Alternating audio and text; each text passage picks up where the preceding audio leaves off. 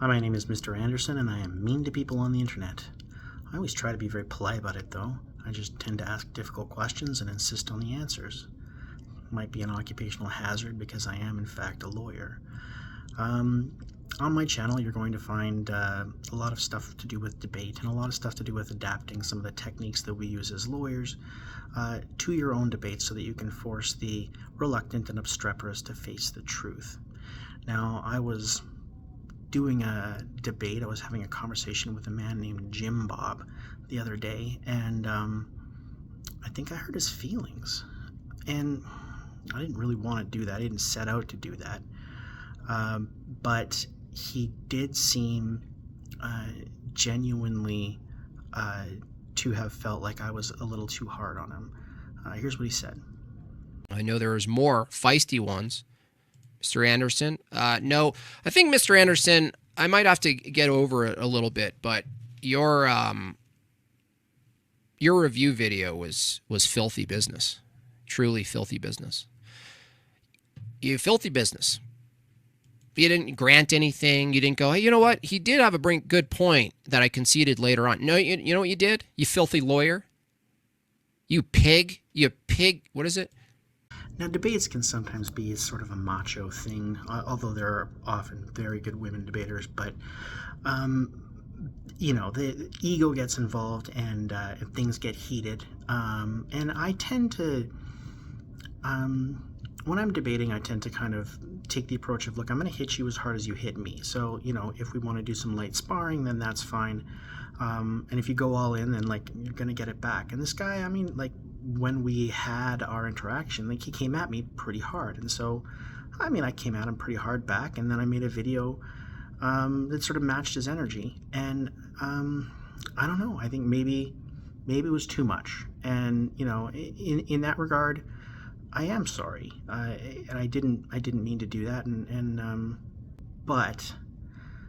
But you know, sometimes you have to temper your compassion with a bit of a sense of justice. And this particular guy seems to be one of those sorts of fellows who can certainly dish it out, but can't take it. And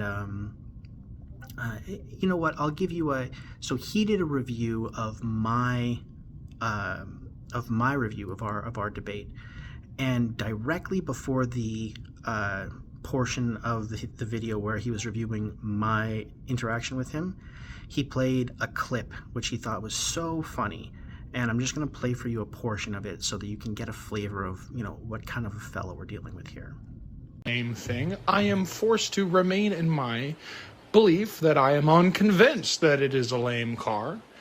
I need to hurry up, though, because I got to get to my girlfriend, who some people claim was born a male, but I am not convinced that being born a male means that you are a male, and I am not convinced that if that were to happen, that I would be gay in that situation. I am just not convinced.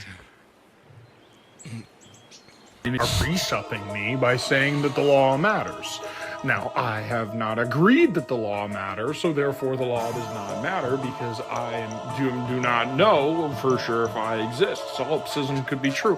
No, please don't arrest me. No, I need to get to my boyfriend, my girlfriend. No.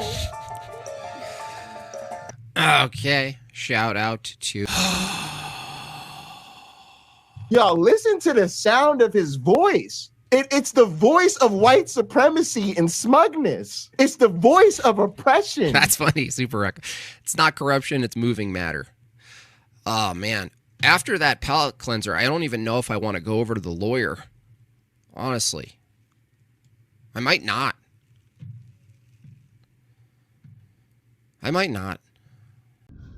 Yeah, so you can see there he's going after somebody who's married to a trans woman. And then, you know, directly thereafter, after what he called a palate cleanser, before he has to talk about me, he plays this thing, and it's actually a clip from a guy who is like a serious, I think, double PhD, super educated, really intelligent person who was trying to tell him, like, that he is being a jerk and that it's offending people and that it offended that guy, and he didn't stop. What he did was turn it into a meme, and he plays it all the time. And so this is the kind of guy we're dealing with. He doesn't believe, he thinks that women should lose the right to vote. He does, he's a racist, he's a bigot. So I found all this stuff out about him kind of after I was feeling bad for, for hurting his feelings. And I kind of very conflicted about it, but I've kind of reflected on it a lot. And I think I've decided I don't feel bad about it anymore. And, in that kind of a situation, maybe it is appropriate for me to, post a supercut of this, racist, homophobic, bigoted, guy crying about the fact that I made him look foolish on his own channel, and that nobody would come to his defense. Like, for example, if I were to play clips like this. He's being dishonest right now. Totally dishonest. And practice a dirty career inevitably flows. Yeah, there's a reason why he started his video and he referred to his own tactics as tricks, and then he corrected himself. People tell you who they are right up front. He said it. Oh, the dirty tactics and tricks. Oh, yeah. You mean like what lawyers do? I thought you did appreciate harsh. I do appreciate harsh. Again, you weren't harsh. You were smarmy. You were smarmy, and you were dishonest. Why did you cut out the part where you conceded? Why'd you do that? Huh? You dirty little pig snake, you fork-tongued lawyer. You little fork-tongued professional liar. You muck-raking pig snake. No, you weren't harsh. Stop patting yourself on the back. You played dirty. You misled, you pig snake. I do apologize. You weren't harsh, dude. See what I mean? You're like Ben Thorpe.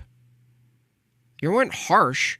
You were dishonest. I appreciate harsh because harsh might assume honest. Harsh and honest. Sorry, as a harsh. No, you were sneaky. You were a sneaky, slithering pig snake in the grass. You filthy pig snake. Oh, he's such a mean Christian. Come on. He left that part out. You pig snake. You filthy pig snake. I gotta have to draw the pig snake now. Isn't that great? That's a good thing about being a cartoonist is that I could now make a pig snake. I'm not even gonna reveal it. I usually ruin the surprises. You left that part out. You offered nothing. Zero charity. Zero charity. Disgusting. If you notice that I match now I'm first to aggression, of course, but I'm fine with that. However, I'll most of the time match someone's, what I perceive to be their good faith.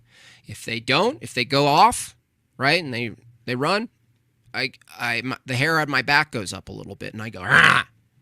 Then maybe that would be appropriate, and act as sort of a social sanction, and against the kind of behavior that we as a YouTube society, as a society in general, find reprehensible, find distasteful, and I did find his conduct to be distasteful. Perhaps this is an appropriate social sanction. Now, just, in case anybody is watching this or having actually watched the entire debate, which I completely understand, I didn't actually say anything dishonest. I think what he means when he says that I'm dishonest is that I'm denying the truth that I know in my heart, which is, of course, that he is right, and that is dishonest. I think that's what he means when he says I'm dishonest. And, JimBob, I'm not going to play what you think are your best moments. I'm going to play what I think are mine. And, I didn't really edit that clip very much. I didn't have to. Because your performance and your behavior sort of speak for themselves. Oh, by the way, everybody, he's mad at you too. He's very disappointed in all of you that you didn't call me out and tell me that I was wrong and come to his defense. Here, take a listen. The rest are just cheering. Oh, I don't like JimBob. Oh, he's so mean. Oh, he played this thing. What a jerk. Oh, so mean. Come on, dude. Now, what a shame on their own community. You know, at least Christians infight, so to speak. Not to say atheists don't. They do their fair amount. But generally what I see is they don't even give a shit. They don't give two shits as long as you're not facing the direction of theism and you're against it. Anything counts. Just, who cares? Anything counts. Say anything. Beating me up doesn't determine the more consistent view, which nobody other than this guy in his, including Phil Talk. Phil Talk, you don't give a shit about this guy's incoherency. Phil Talk, you don't care about the truth. You didn't correct him on his nonsense. You didn't say, hey, listen, I don't quite understand JimBob's view here, but generally speaking, they don't even call each other out for their nonsense. I mean, letting this lawyer, by the way, run with his insane positions, and just because you don't agree with theism, Phil, right? That's not honest, Danny. Phil Talk. That's not honest. You're not being honest. You got it in the debate. You guys are so filthy. You have broken, dirty, filthy, broken minds. Not. By the way, the most infuriating part about this, you guys, is that at the end, when I pushed him to the solipsistic, nonsensical end of materialism, he actually said, you're pushing solipsism. No, I'm not. I'm doing an internal critique that's pushing towards solipsism. That's the point of the critique. And he thinks arriving at it, right? He thinks arriving at solipsism, he wins because he reframes it like I'm actually pushing it, right? That was actually one of my favorite parts when he was trying to suggest that he was pushing solipsism, but he was trying to foist solipsism on me, and I was like, I'm not the one who's trying to run to solipsism. I'm not the one who can't handle these arguments and their relationship with reality. You are. You're the one who's doing that. And he was like, no, I'm not. You were. And things just kind of didn't compute, and I was like, okay, can I trust my senses or not? Right? Because if it's not, then we live in the Matrix world, and I might as well be a brain in a jar, which is the English translation for this philosophy term solipsism. So, I know, buddy, you're the one who's running to solipsism. The fact that I caught you on that and I called you out on it, I'm sure that really grinds your gears. It's too fucking bad. So there you go. That's, probably the end of my interaction with JimBob, who is one of the more prominent presuppositionalists on the internet. So you can see sort of how the techniques that I've been talking about and the different tricks and tactics, as he likes to say, that I've been trying to impart to you guys are effective in that realm as well. And he's more of a pseudo philosopher than he is a pseudoscientist. But these techniques, they apply kind of across these different disciplines. And so I hope you enjoyed this, and you guys, we are almost at 1,000 subscribers. And I have something special planned for when we reach that milestone. There's a poll out right now. If you watch this in the near future, you can vote on what the big video is that we're going to reveal. But the point is, do please like and subscribe to the channel, and we can get to the next milestone together. Thanks, everyone.